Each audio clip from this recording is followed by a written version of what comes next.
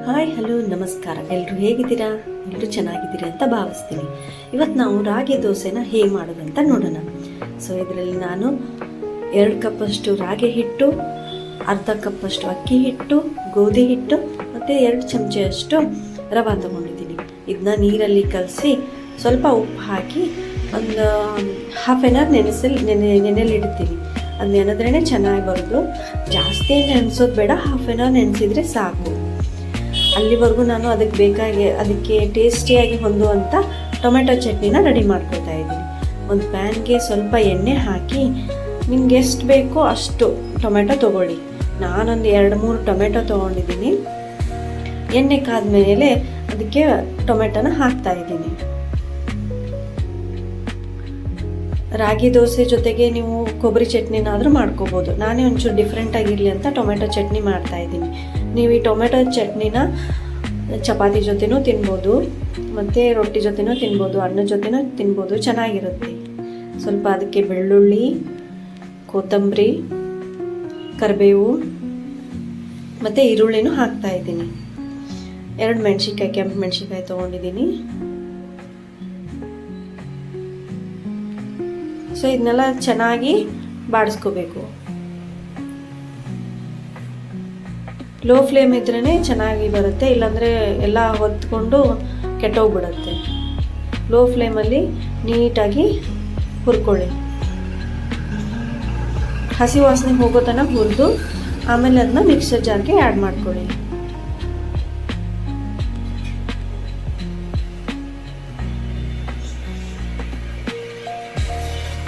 ರಾಗಿ ದೋಸೆನೂ ತುಂಬ ಚೆನ್ನಾಗಿ, ರಾಗಿ ದೋಸೆ ಜೊತೆಗೆ ಟೊಮೆಟೊ ಚಟ್ನಿ ತುಂಬ ಚೆನ್ನಾಗಿರುತ್ತೆ.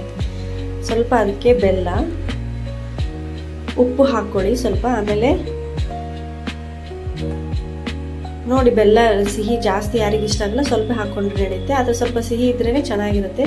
ಉಪ್ಪು ಹಾಕ್ಕೊಳ್ತಾ ಇದ್ದೀನಿ. ಆಮೇಲೆ ಜೀರಿಗೆ ಪುಡಿ ಹಾಕ್ಕೊಳ್ತಾ ಇದ್ದೀನಿ.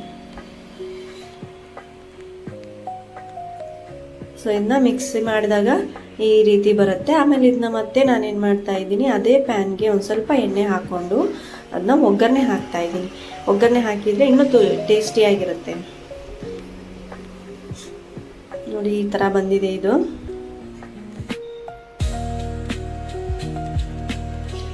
ಸೊ ಕಾದ ಎಣ್ಣೆಗೆ ಒಂಚೂರು ಜೀರಿಗೆ, ಸಾಸಿವೆ, ಕರಿಬೇವು ಹಾಕಿದ್ದೀನಿ.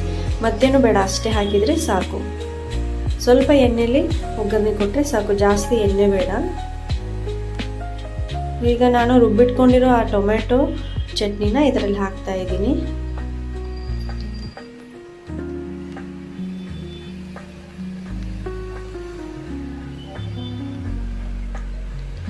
ಆಮೇಲೆ ಟೇಸ್ಟ್ ನೋಡಿ, ಅದಕ್ಕೆ ಬೇಕಾದರೆ ಇನ್ನೊಂಚೂರು ಉಪ್ಪು ಮತ್ತು ಬೆಲ್ಲ ಹಾಕ್ಕೊಳ್ಳಿ.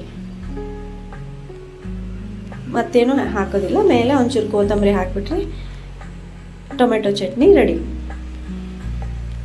ನೋಡಿ ಎಷ್ಟು ಚೆನ್ನಾಗಿ ಬಂದಿದೆ. ಈಗ ನಾನು ಅರ್ಧ ತಾಸು ಇಲ್ಲ 20 ಮಿನಿಟ್ಸ್ ನೆನೆ ಇಟ್ಕೊಂಡಿರೋ ಈ ಹಿಟ್ಟಿಗೆ ಒಂಚೂರು ಸಣ್ಣಗೆ ಹೆಚ್ಕೊಂಡಿರೋ ಉಳ್ಳಾಗಡ್ಡಿ ಸೇರಿಸ್ತಾ ಇದ್ದೀನಿ, ಕೊತ್ತಂಬರಿ ಮತ್ತು ಕರಿಬೇವು. ಇಷ್ಟು ಹಾಕಿದರೆ ಸಾಕು.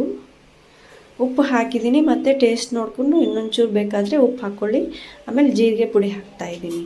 ಜೀರಿಗೆ ಪುಡಿ ಹಾಕೋದ್ರಿಂದ ಗ್ಯಾಸ್ ಆಗೋದಿಲ್ಲ.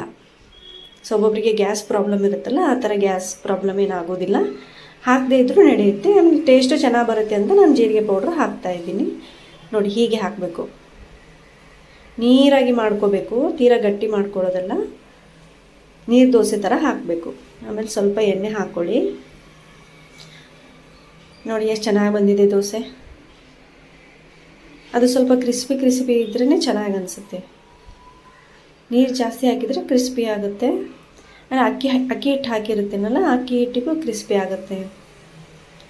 ನೋಡಿ ಎಷ್ಟು ಚೆನ್ನಾಗಿ ಬಂದಿದೆ ದೋಸೆ. ಇದಕ್ಕೆ ಸ್ವಲ್ಪ ನಾನು ತುಪ್ಪ ಹಾಕ್ತಿದ್ದೀನಿ. ತುಪ್ಪ ಹಾಕೋದ್ರಿಂದ ಇನ್ನೂ ಚೆನ್ನಾಗಿ ರುಚಿ ಅನಿಸುತ್ತೆ. ರೆಡಿ ಆಯಿತು ನೋಡಿ. ಈಗ ರಾಗಿ ದೋಸೆ ಮತ್ತು